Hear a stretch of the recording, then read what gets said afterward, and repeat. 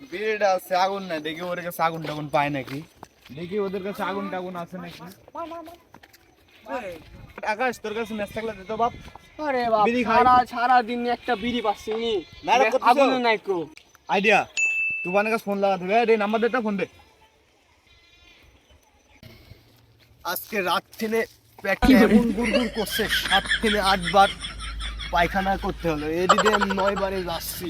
আর কি হলো পেটের ভিতর, বিড়িটা খাবি না। এই সময় আবার ফোন দিল কে ধারে, আমার জরুরি কামের ভিতর। হ্যালো, এ বেটা কোথায় আছিস রে? কি হয়েছে বল, তাড়াতাড়ি বল। তুই 5 মিনিট 3 মিনিট তাড়াতাড়ি আসবো। আচ্ছা তাড়াতাড়ি আসছি, দাঁড়া। আচ্ছা তুই তাড়াতাড়ি আয়, তোরা ওখানেই থাক, আমি আসছি। টেনশন টেনশন হয়ে লেগেছে ওদের কাছে, আমার এই কাম না আগে ওই কাম।